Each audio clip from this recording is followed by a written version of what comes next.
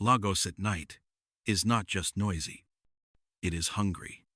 When the sun goes down, the city opens a second mouth, one that feeds on secrets, lust, desperation, and bloodless sacrifices.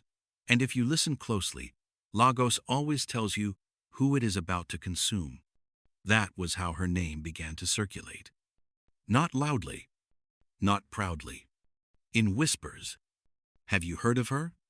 The girl nobody has ever said no to. The one men regret meeting. They called her many names, but the most common one was simple. The hookup girl. No one knew where she lived. She appeared only after midnight, always alone, always calm, always dressed like she wasn't trying too hard. Her eyes were the worst part. Not seductive, empty. Like a house where the lights were on, but nobody was home. Men approached her with confidence. They always left with fear. Yet none of them ever rejected her. Not one.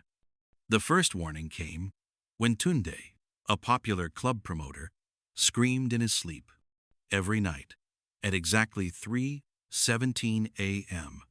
Same scream, same words. They are standing behind her. They are standing behind her. When his friends forced him to explain, Tunde cried like a child. She never touched me, he said. But something touched my soul. 3 weeks later, Tunde jumped into the lagoon. The second warning came from a married pastor. He met her once, just once. The next Sunday, he mounted the pulpit and forgot how to pray. His mouth opened. No words came out. Instead, black liquid dripped from his lips onto the altar. He resigned that same day. Still, Lagos did not listen. Lagos never listens. Her real name was Zainab. And before she became what she was a normal girl. Poor, invisible, breakable. She came to Lagos with dreams. Lagos replaced them with needs. The night she lost everything, she walked into rain barefoot and bleeding, her phone dead, her body shaking, her spirit already cracked. That was when the old woman found her. No shop, no house, just a wooden shack floating on black water in Makoko. The woman smiled with teeth that were too many. I know what you want, the woman said. I don't want, Zainab replied. I need. The woman laughed. That is worse. The ritual took place at 3:17 a.m. Zainab was told to remove her clothes and her name. They shaved her head, cut her palm, fed something beneath the water. She never saw what came up. She only heard it breathe. The woman said one sentence. No man will ever reject you, then another, but you will never belong to yourself again.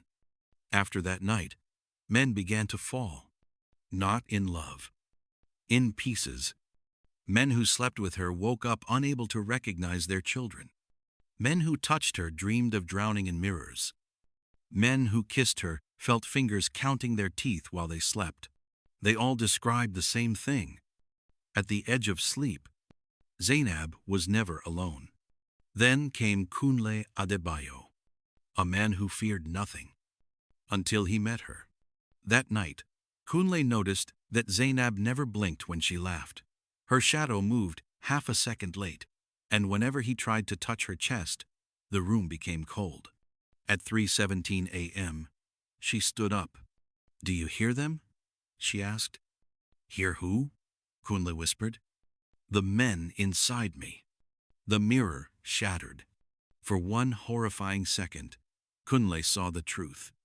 Zainab's reflection was crowded. Faces pressed against her skin from the inside. Mouths screaming silently. Eyes begging. She turned to him. They don't reject me, she said. They are already owned. Kunle ran, but something followed him home. By morning, Kunle was alive, but wrong. He could no longer see women's faces, only skulls beneath skin. He tore his own eyes out before nightfall. Zainab still walks Lagos. Different clothes, same eyes, At exactly 3:17 a.m., phones glitch around her, dogs cry, generators go silent. And if she looks at you, if she smiles, you won't reject her, not because you want her, but because something behind her already wants you. And Lagos always collects its debts.